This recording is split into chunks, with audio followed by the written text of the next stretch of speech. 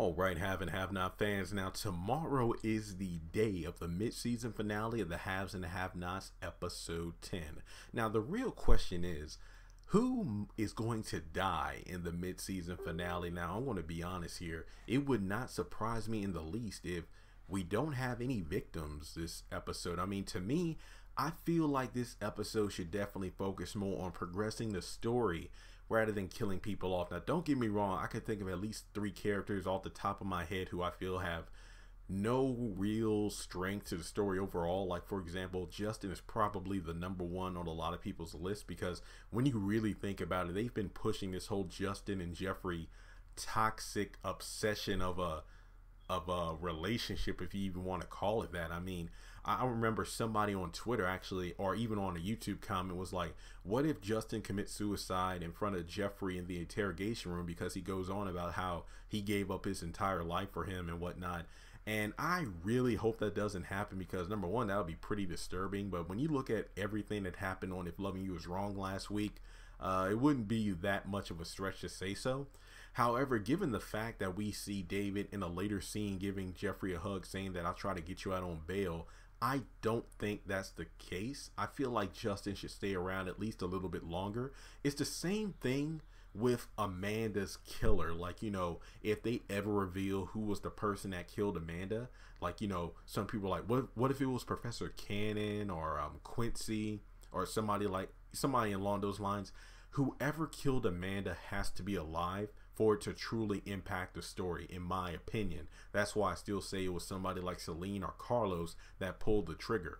Now, when you look at Veronica, she doesn't know that Justin was the one that was ramming her from behind with the truck.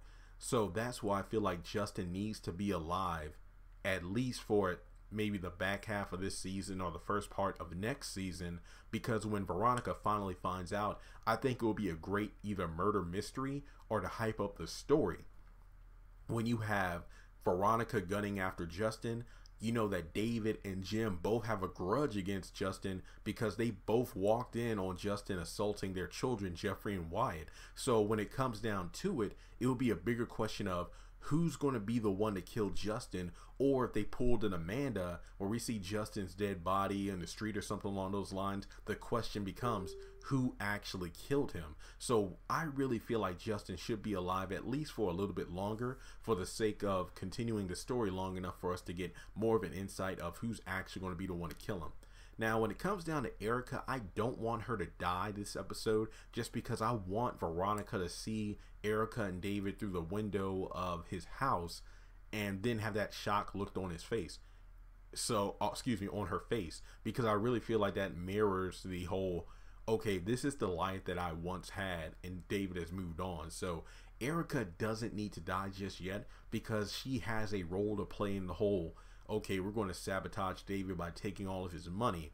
But the question is, will Erica be killed off before that operation is fully complete? Because we did see in the episode preview that Veronica wants the address for David's house, and Candace is like, look, if you go over there now, you're going to blow everything out of the water. Pretty much this entire plan is gone. But Veronica wants the address right away, and then we see her later go on to the house. So also, it is sleeting outside right now. I just looked out the window, so if you hear any background noise, sorry about that. Mother Nature at its worst.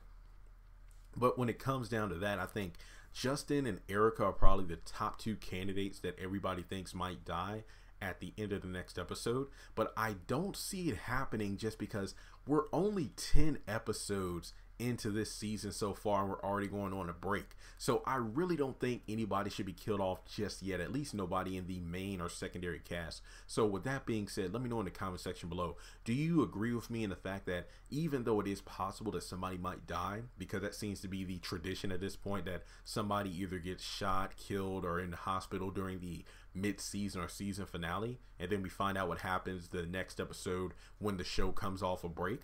Or do you feel like, okay, instead of people dying, let's go ahead and continue the story on? So let me know your thoughts in the comment section below, and I'll talk to you in the next video.